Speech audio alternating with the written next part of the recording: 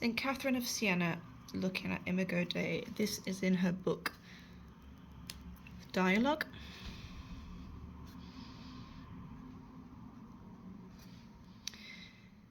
She says, her dignity is that of her creation, seeing that she is the image of God.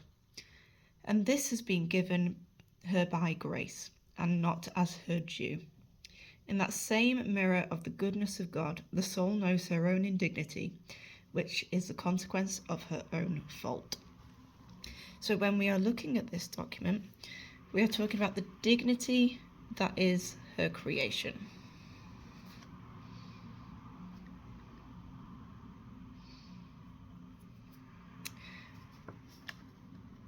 So we all have dignity. And this is because we are in the image of God.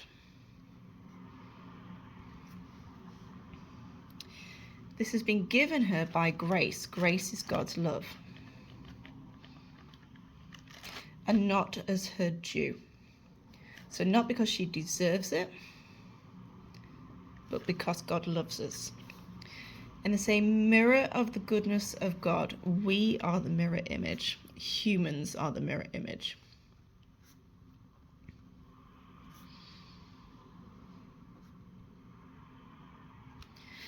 We reflect God's goodness, but we have the ability to do wrong. The soul knows her own indignity. So this is the fact that we sin and we do wrong, which is the consequence of her own fault. So she uses her free will. She also has a conscience, and she uses that conscience and free will to understand that the consequence of her indignity, of her doing wrong, is going against God. Therefore, we have within Catherine of Siena, Imago Dei, with the image of God. We have conscience with the consequence of the fault, and that she knows her own dignity.